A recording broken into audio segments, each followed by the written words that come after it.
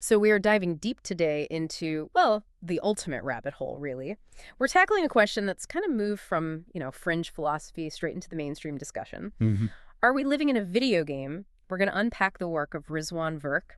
He's an MIT computer scientist, video game pioneer, also an angel investor, and he argues that our reality might just be a super sophisticated computer-generated simulation. It really is the ultimate red pill moment, isn't it? And what's fascinating, I think, is how Virk doesn't just treat this simulation hypothesis, the basic idea that we live in a computed reality, as just like a philosophical thought experiment. Right. He actually treats it more like a technological roadmap. He blends computer science, quantum physics, and even ancient mysticism. Wow. Now, obviously, the idea itself has deep roots. You can go back to Plato's allegory of the cave or think about movies like The Matrix. Right, Matrix is probably what most people think of. Exactly. But the modern sort of intellectual anchor point really comes from Nick Bostrom's 2003 paper, which makes more of a statistical argument. Okay, so the mission here isn't just pondering the theory. It's more about asking, can we actually see a technological path? Is our own civilization predictable enough to show we might be heading towards creating these perfect simulations ourselves? That's precisely it. We need to trace how gaming and AI has evolved to understand how we might eventually reach this critical mass, what Virk and others call the simulation point. All right, let's unpack that roadmap then. Looking back, say, over the last 40 years of gaming evolution, the source material, it doesn't just focus on better graphics, right? It's more about how we manage computational load and scale. Yes, exactly. We started with, really basic games, think Pong or text adventures like Colossal Cave Adventure.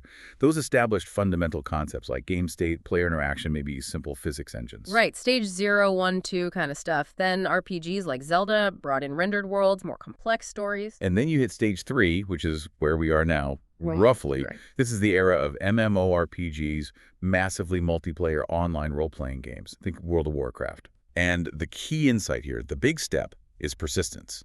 These aren't just single-player games you turn off. Ah, the worlds keep going even when you log out. Exactly. They support countless players at the same time, existing beyond any single session. And that demands enormous computational capacity. And crucially, you mentioned they rely heavily on procedural generation, like in No Man's Sky, Yeah. where algorithms create these huge, lifelike environments instead of artists drawing every single tree. Yes, procedural generation is absolutely key. It's a vital optimization technique for any massive simulator. If you can generate the necessary data using algorithms on the fly, Instead of storing every little detail. you make the whole simulation scalable. You save immense amounts of data storage and processing. And that efficiency is what you absolutely need for the next big leap Virk outlines. Stages 4 through 8, the push towards total immersion. So if stage 3 is sort of where we are now with these big persistent worlds and procedural generation, what does the roadmap project for the next few decades? Where do stages 4 to 8 take us? Well, it projects towards full immersion. Think about blending current VR experiences, like the HTC Vive, with newer tech like augmented reality, AR, and mixed reality memoir. So overlaying digital stuff onto our real world, like photorealistic holograms. Precisely. Getting those digital overlays to be indistinguishable from reality. The end goal there is something like the Oasis in Ready Player One, a persistent, fully immersive, probably haptic virtual world that completely blurs the line between physical and digital. Okay, that's a big leap in sensory experience. But you mentioned the really fundamental shift in this argument isn't just about visuals or touch, it's about consciousness itself. Stages 9 and 10 deal with artificial consciousness and even digital immortality. Yeah, this is where it gets, well, really mind-bending. The idea is that NPCs, non-player characters, they have to evolve beyond just simple automatons following scripts. Right now, they're pretty basic, usually. But stage 9 requires simulated characters that can actually surpass the Turing test. We're talking about AI demonstrating genuine natural language understanding, maybe even emotional recognition. Think about the trajectory of AI milestones like Deep Blue beating Kasparov in chess or DeepMind mastering Go. It's that level of complexity, but for social interaction. Okay, so if the simulated characters, the NPCs, become that sophisticated, what's the fundamental difference between them and the player characters, the real people logging in? Computationally, Mm. maybe nothing. That's the core of stage 10. If consciousness itself is ultimately reducible to information and computation. Which is a huge if, but it's the hypothesis. It's the hypothesis driving the stage, yes. The idea of downloadable consciousness. If you can map the brain, map consciousness, and transfer it digitally, then the difference between a player character whose consciousness originates outside the simulation and an advanced NPC whose consciousness is the simulation's code, well, that distinction starts to look pretty arbitrary. It's just code execution. Like in Altered Carbon, where consciousness is stored digitally and can be moved between bodies or servers. Exactly. That concept becomes, at least theoretically, technologically feasible. Digital immortality, in a sense. Which leads us straight to stage 11, the simulation point. This is the tipping point, right? The moment a civilization gains the ability to create simulations that are truly indistinguishable from their own reality. Yes. Overcoming all the massive challenges, like managing potentially billions of conscious players, handling the immense data storage and processing. And this is where Bostrom's statistical argument really hits home. It does. Because if any advanced civilization ever reaches this simulation point, it's reasonable to assume they wouldn't just create one simulation. Yeah. They likely create many, maybe millions or billions for research, entertainment, who knows? Okay. So you suddenly have potentially billions upon billions of simulated beings across all these simulations compared to just the single set of real physical beings in the original base reality. So the sheer number of simulated consciousnesses would dwarf the number of original ones. Vastly outnumber them. Which means, statistically speaking, if such simulations are possible and likely to be created, it's far more probable that we are already inside one of those simulations rather than being in the one original reality. Wow, okay. That's a powerful statistical gun pointed right at our perceived reality. So, if the technology roadmap suggests we could eventually build such a simulation, the next logical question is, does our current reality show any signs of already being programmed? Exactly. And this is where the synthesis with quantum physics comes in. Yeah. And some of the parallels are, well, they're seriously strange. Strange how? They're genuinely baffling phenomena that seem to align weirdly well with how you design an efficient computer system. The big one is related to computational efficiency, conditional rendering. Right. We mentioned that in gaming, the trick where the game engine only bothers rendering the details the player is actively looking at to save processing power. You don't render what's behind the player. Precisely. And this mirrors something fundamental we see in quantum mechanics, often called quantum indeterminacy. Essentially, particles seem to exist only as a cloud of probabilities, a wave function, until the moment you try to observe or measure them. The very act of looking forces this probability wave to collapse into a single, definite state, a single reality. So reality isn't fully rendered until someone looks. That's the interpretation. As the physicist John Wheeler famously put it, we live in a participatory universe. It implies the system isn't wasting resources calculating definite states for everything all the time, only when an observer, potentially a player character, interacts with it. So the system itself seems to be actively optimizing resources. That feels uncanny. It's one thing for us to optimize games, but for reality itself. Uncanny is the perfect word for it. And Virk suggests we go beyond just uncanny and look for physical evidence, suggesting our world might actually be, well, pixelated. Pixelated, like a scream. In a sense, modern physics increasingly suggests that space and time aren't smooth and continuous like we perceive them. They seem to be quantized, made up of discrete, indivisible units. You mean like the Planck length? Exactly. The Planck length is theorized to be the smallest possible meaningful unit of space. And there's Planck time, the smallest possible unit of time. A minimum in distance, a minimum time increment. That does sound an awful lot like pixels on a screen and the clock cycles of a processor. It does, doesn't it? If you're dealing with a fundamentally computational structure, you'd expect reality to have these base units, these minimum increments. And if it is a computational structure, then the laws of physics themselves might contain built-in computational constraints. Yes. Phenomena that really challenge our older, continuous Newtonian view of the universe start to look different. Take the constant speed of light, c. Why is it the same for all observers, regardless of their own motion? Yeah, that's always been a weird one. In a simulation framework, it starts to look less like a weird physical law and more like a built-in parameter of the system. A fixed speed limit for information transfer, maybe hard-coded into the simulation's engine itself. Okay, that reframing is powerful. But what about really complex physics ideas, like the many worlds interpretation, MWI? The idea that every quantum decision splits the universe into countless physical copies? Wouldn't that just instantly crash any simulator? That seems computationally impossible. It certainly seems challenging if you think of infinite physical universes branching off constantly. The computational load would be astronomical. Yeah. But the simulation hypothesis offers a potentially more elegant, computationally feasible way out. How so? It proposes that these branching futures aren't necessarily infinite separate physical realities being rendered. Yeah. Instead, they could be different informational paths generated by algorithms within the simulation.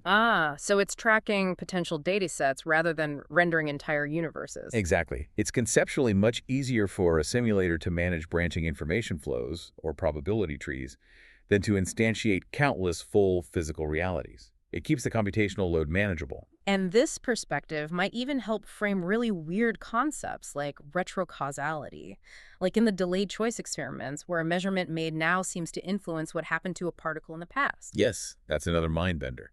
From a simulation perspective, you could frame this as algorithmic evaluation. Perhaps the simulator's controlling AI is running complex algorithms, evaluating potential future scenarios or outcomes to determine the most efficient or most probable path, and then generating the present reality accordingly. The past outcome then adjusts to be consistent with the required future state. Like the system calculating backwards from a desired outcome. Something like that. Yeah. It suggests that the computation isn't strictly linear in the way we perceive time. Okay, this blending of physics and code, it really sets the stage for the final piece of Virk's argument, which seems to be this unexpected intersection between computation and ancient spirituality or mysticism. The book argues the simulation hypothesis could actually unify scientific and religious or spiritual explanations for things. It does make some surprisingly strong connections, especially with Eastern philosophy. Think about concepts like Maya in Hinduism and Buddhism. The idea that the material world is an illusion. Exactly. An illusion or a temporary sensory construct, not the ultimate reality. Paramahansa Yogananda, the yogi, talked about the material world being merely a dream within a dream.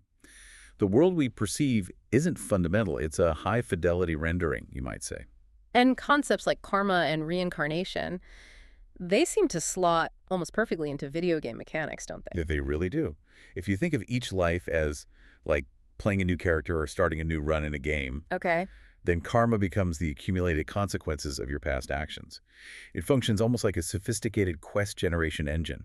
Your unresolved karma from past lives or sessions creates the challenges, the missions, the storylines you face in your current one. Driving you towards Yeah. leveling up. Towards ultimate liberation or nirvana or moksha in those traditions. It's about resolving that karmic debt, completing the ultimate quest line, you could say. It's a compelling functional model when viewed through a simulation lens. And beyond philosophy, the SH framework is suggested to offer modern technological explanations for phenomena usually considered purely spiritual or paranormal. Right. Take angels, for instance. Okay, how would that work? Instead of purely divine beings, you could perhaps view them as highly sophisticated monitoring programs within the simulation. Or maybe specialized NPCs with higher permissions, operating outside the normal perceived rules of our reality level. Their function might be to record deeds. Like logging player actions. Yeah, almost like administrator access logs, tracking a player character's significant actions. The whole idea of a life review in near-death experiences sounds a lot like a video game score screen or performance summary, doesn't it? It actually does. And NDEs themselves, those structured experiences, the tunnel, the light, meeting beings you're saying they could represent? What? Logging out. Transitioning to another level. Possibly. A transition to another state of simulated consciousness, or maybe interfacing with the system's back end during a critical failure or reboot moment for the character. And then there's synchronicity, Carl Jung's idea of meaningful coincidences. That feeling you sometimes get when the universe just seems to align perfectly for you, or events happen that seem directly related to your thoughts or intentions. Right. In a simulation context, that might not be random chance. It suggests the programming itself could be responsive to the user's intention. Precisely. If you are indeed a player character, maybe the simulation is programmed to occasionally present these meaningful coincidences, perhaps to guide your progress, reinforce a chosen narrative arc, or provide feedback, almost like the system nudging you, saying, you're on the right track, or pay attention to this. That's a truly staggering implication, the idea that the simulation might be designed to feel personal, even responsive. But okay, we absolutely have to touch on the skeptics. What's the biggest pushback against this whole theory? Where does it fall down for critics? Well, there are major hurdles. The most obvious one is the sheer scale of computing power required. To simulate our entire known universe down to the quantum level, the resources needed might literally be equal to, or even exceed, the resources of the universe itself. So you'd need a computer bigger than the universe to simulate the universe. That sounds like a problem. It's a potential paradox, yes. Another major issue is the inherent problem of detection or proof. If the simulation's code defines the very laws of physics and reality as we perceive them, how could you ever definitively prove you're inside it, using tools and methods that are themselves part of that simulation? You can't step outside the system to observe the system. Exactly. Any evidence you find could just be another part of the simulation's code. But there's a counterpoint to that, isn't there, from the philosopher David Chalmers? It doesn't disprove the simulation, but it changes the stakes. Yes, Chalmers makes a really important point. He argues that even if we are living in a simulation, the experiences we have, the consciousness, the pain, the joy, the love, the complexity of our lives, are still subjectively real from within the simulation. So our feelings aren't fake just because the substrate might be code. Precisely. Our experiences, our qualia, hold genuine meaning and value to us, regardless of whether the underlying reality is physical atoms or lines of code on some cosmic server. The simulation might be constructed, but the feeling of being human, the subjective reality, is still profound and meaningful within that context. Okay. And that kind of brings us full circle, doesn't it? Whether we can ever prove it or not, that statistical argument from Bostrom still looms large. It remains monumental, yeah. Yes. If advanced civilizations ever do reach that simulation point, and if they're likely to create many simulations, Then the sheer number of simulated beings will almost certainly, as Virk puts it, vastly outnumber real physical beings. making it statistically more likely than not that we're already simulated. And that statistical likelihood, combined with the suggestive evidence from technology trends in physics, it forces us to seriously consider the simulation as, well, a potential framework. A framework that could potentially unify these seemingly disparate fields, scientific inquiry like quantum mechanics and computation, with deep spiritual or philosophical beliefs about illusion, karma, consciousness. Exactly. Offering perhaps a new, more cohesive model of existence that bridges that old gap between science and spirituality. It really encourages a complete paradigm shift in how you view, well, everything. If our reality is a digital reality, fundamentally structured by code we can't fully perceive, what does that mean for the constraints we operate under? We talked about the speed of light maybe being a system parameter. And that leads to a really provocative final thought, I think. It comes from the physicist James Gates, Jr.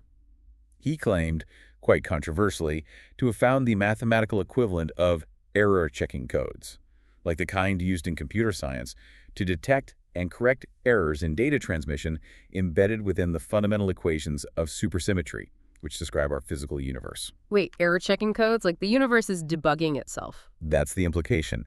If the fundamental equations governing reality contain structures that look exactly like error correction algorithms, Right.